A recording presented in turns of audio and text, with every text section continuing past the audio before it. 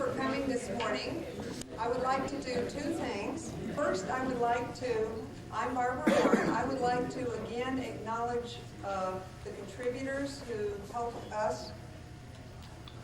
Union Carbide Corporation, United Catalysts, Ashland Petroleum Company, Ashland Foundation, Millennium Quantum Chemicals, and Fisher Scientific. We really appreciate these contributions which allowed us to hold this meeting.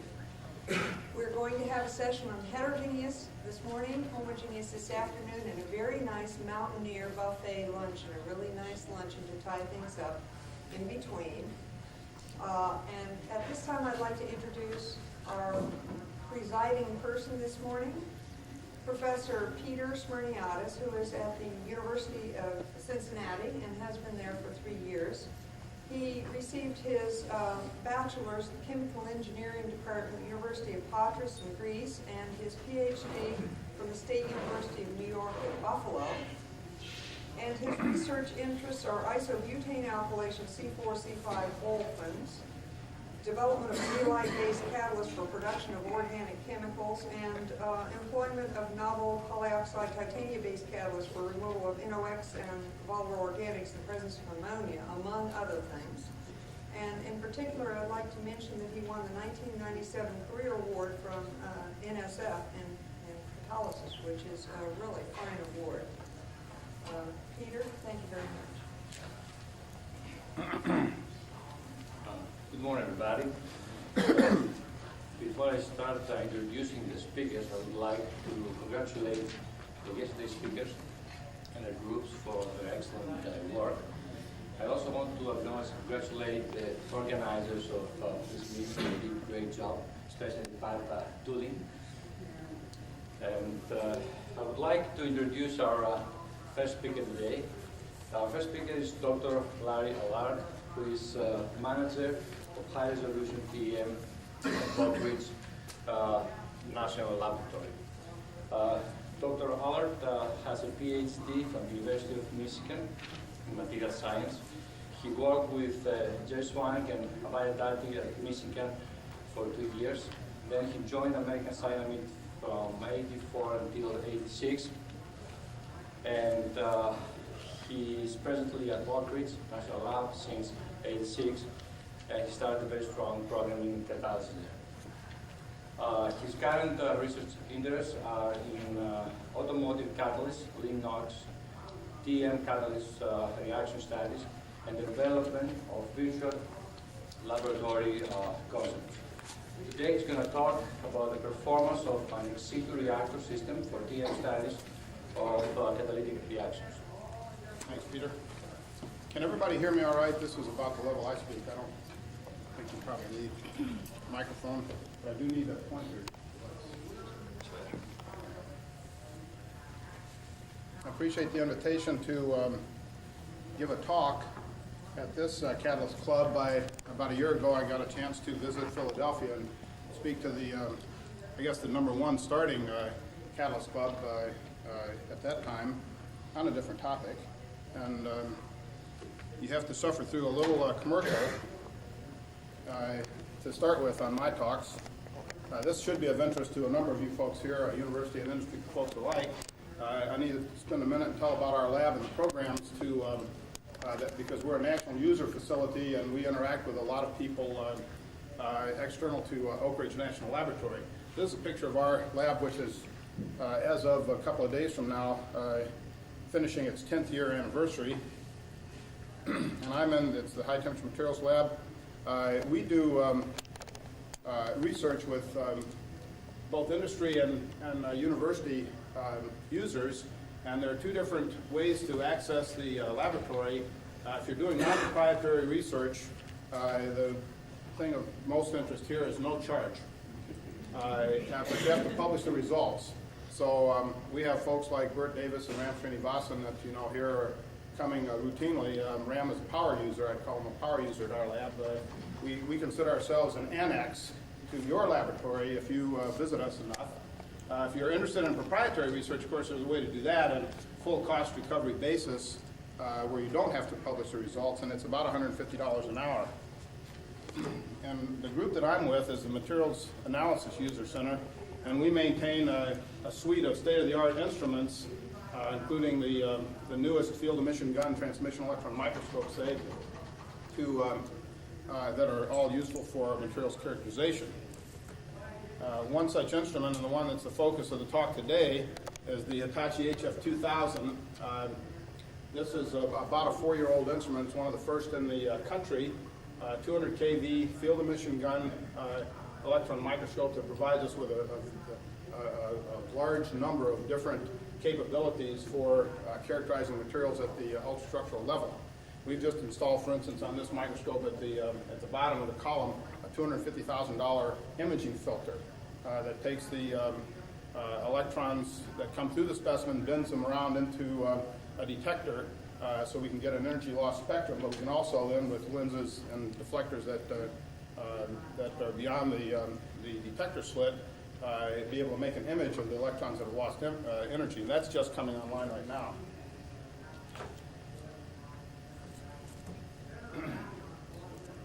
So the subject of today's talk is the performance of an ex-situ reactor that we've designed to couple to that HF2000 instrument. I'm working with Sean Ailey, a graduate student from NC State, who helped us develop that. Professor Bigelow at the University of Michigan is my old professor. He is old, he's 74, so he's retired. I started working with Professor Bigelow in 1963. He's basically the guy that started me in electron microscopy. And also with Professor Date at the University of New Mexico. And there's our sponsor. Okay, this reactor system that I'm going to talk about has a number of features that we consider to be important for studies of primarily automotive catalysts.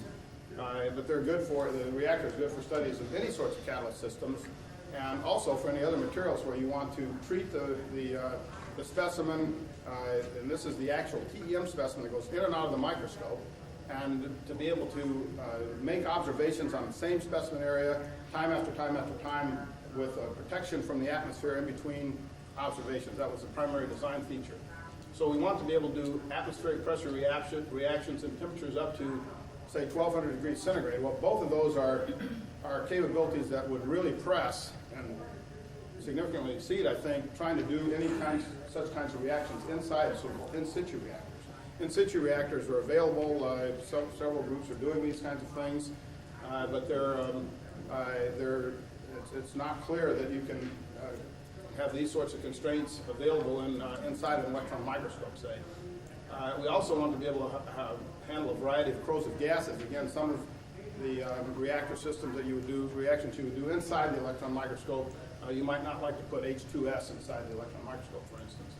And the main thing is that we want to be able to transfer the specimen into the microscope without exposure to the atmosphere and back out, back in, back out, back in.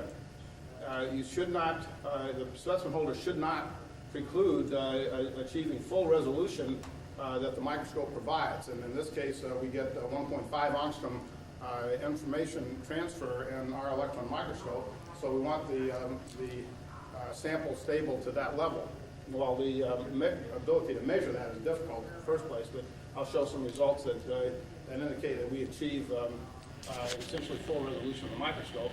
We also want to have the reactor to be mobile, so that we don't want to tie up our microscope over long periods of time while we're actually doing the reactions, because it's a multi-user facility. We need to be able to have users come in and out and be operating the microscope while the sample is reacting, so we are able to then move this reactor away from the microscope to do the actual reactions.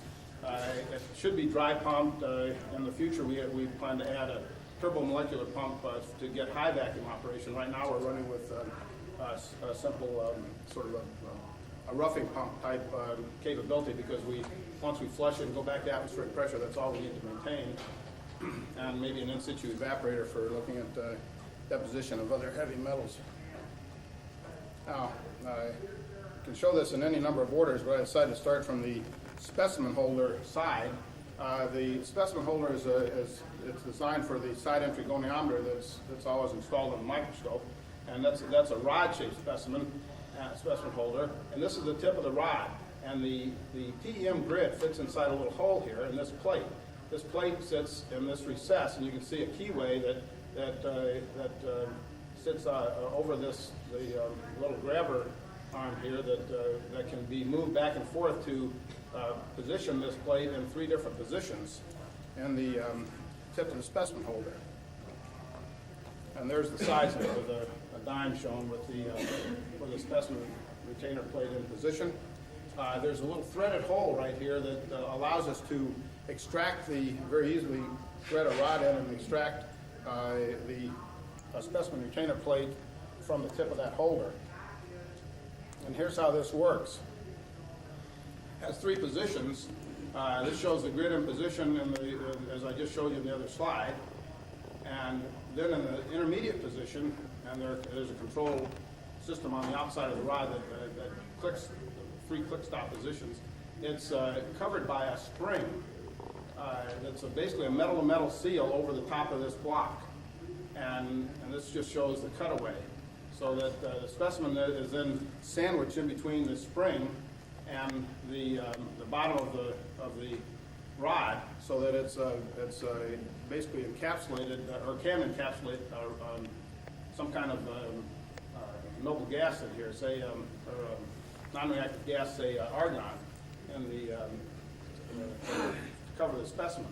And then in the fully inserted position, the sample sits beneath a hole that goes right through the rod, so that the TEM, the electron beam of the TEM can pass through, and we can make the observations. And here's the whole rod.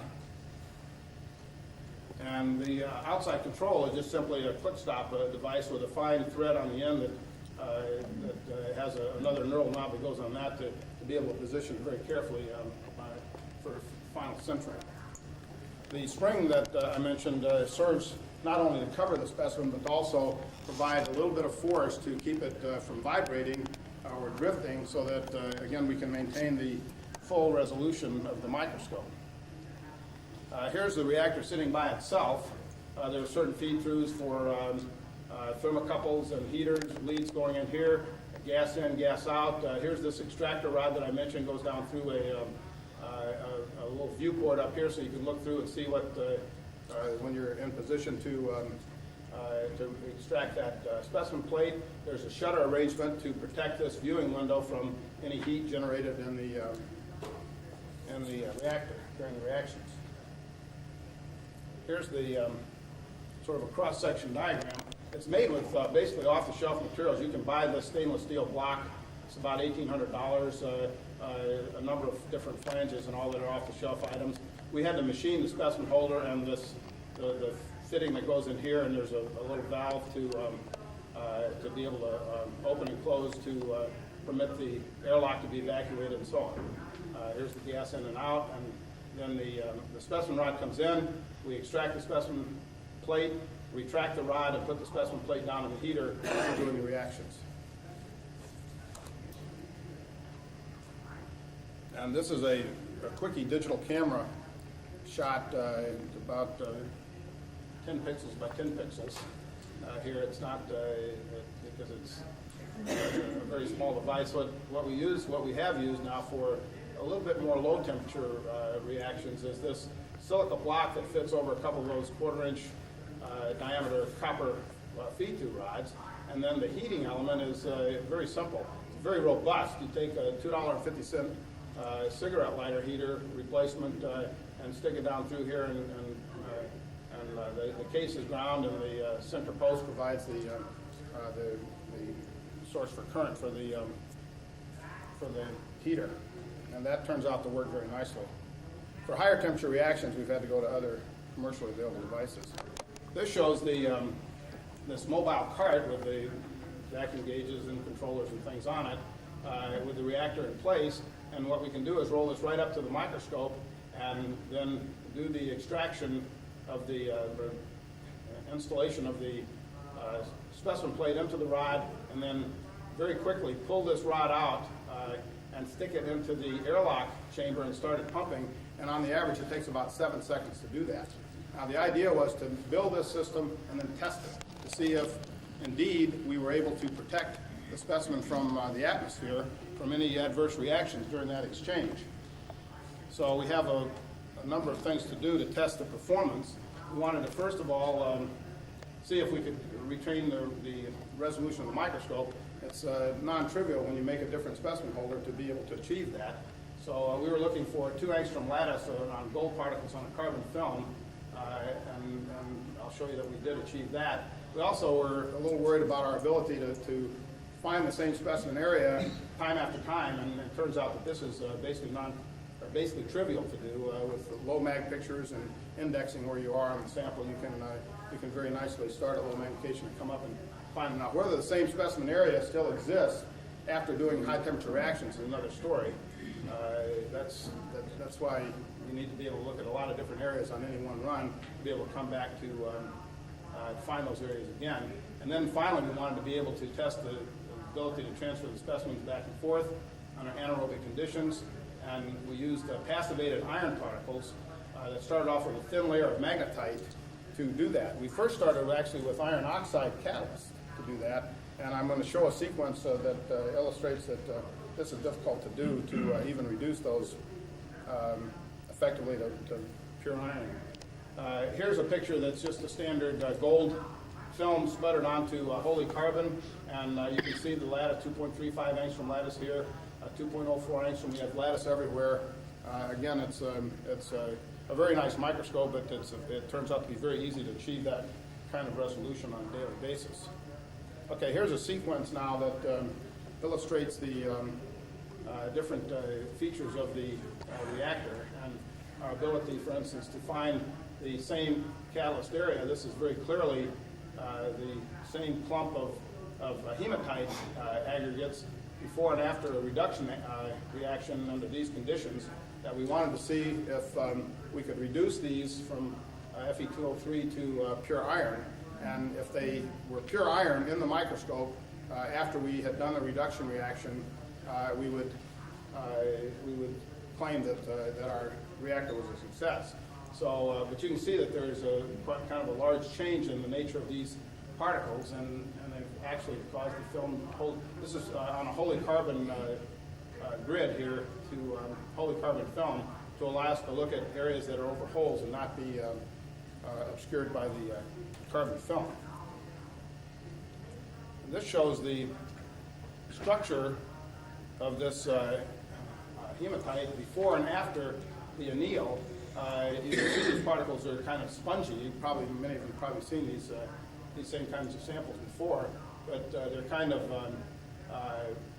large voids and interconnected voids, I guess, and they're very spongy looking. After the fact, they turn out to make nice single crystals with some oxide layer still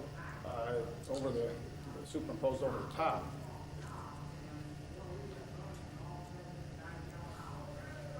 Now here's the EDS spectrum of one of these particles. There's a little lattice showing you here someplace, I think. Anyway, you can see the spongy nature of this, the voids.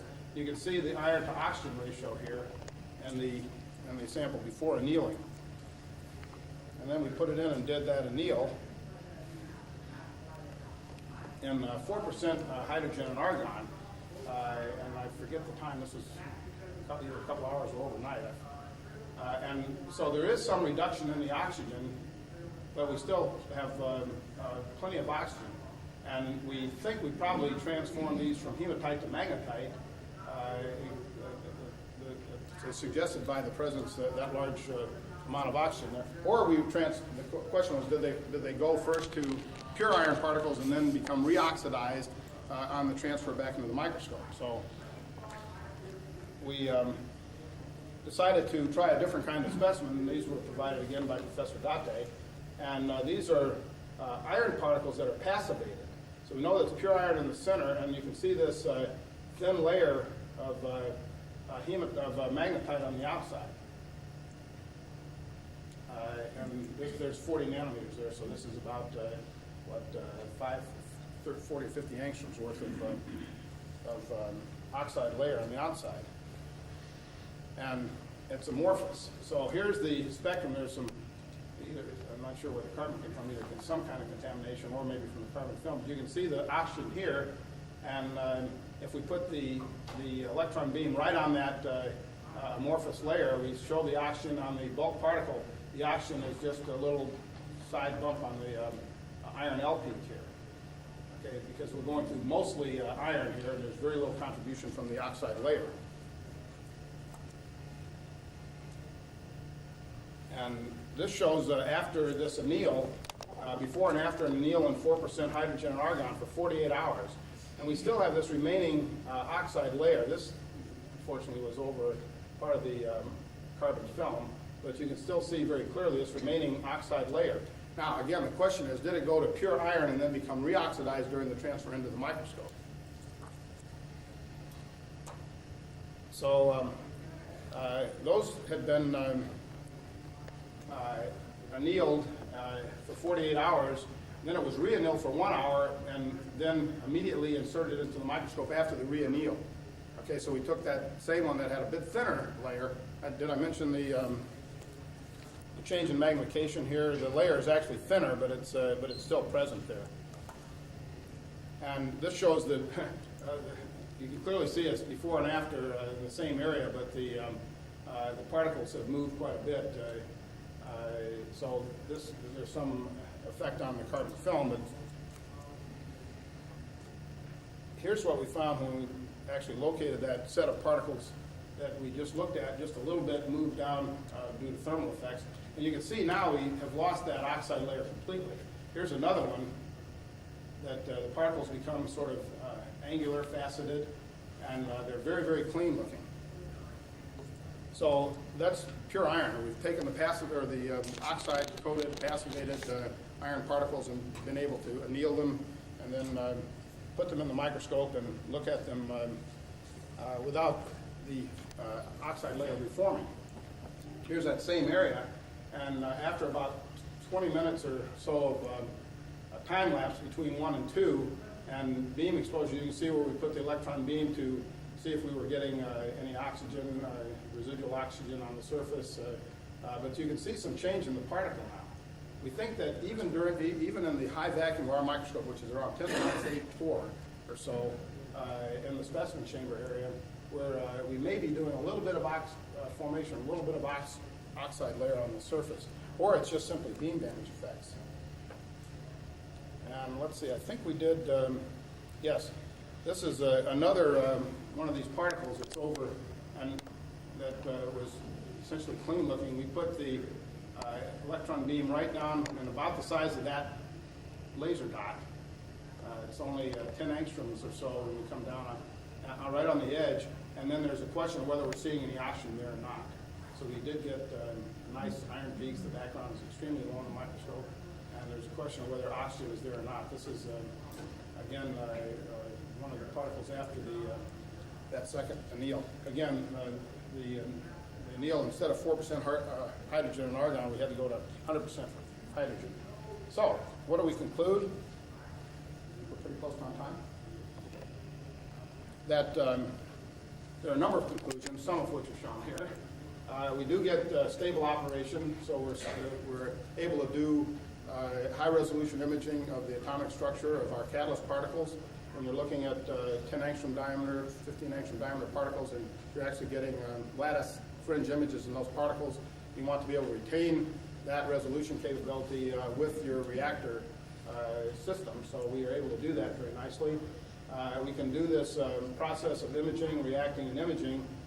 We think we can conduct that routinely so that the same sample areas are observed after successive reaction treatments. That's essentially a trivial operation now that we've done it a few times.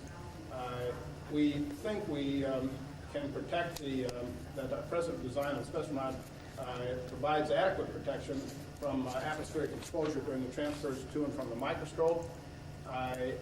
Even if we had problems with this, and your specimens are very sensitive, and you feel that the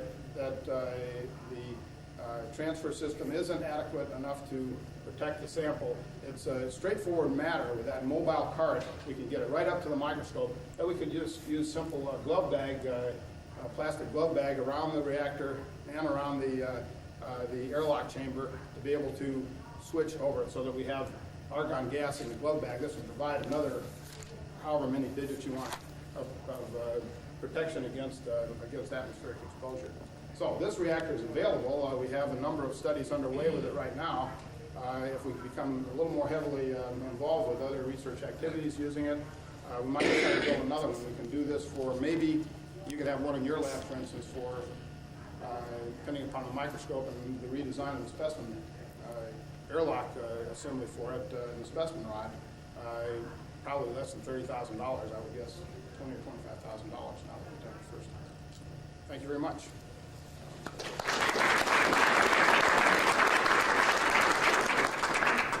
So we have time for one or two questions.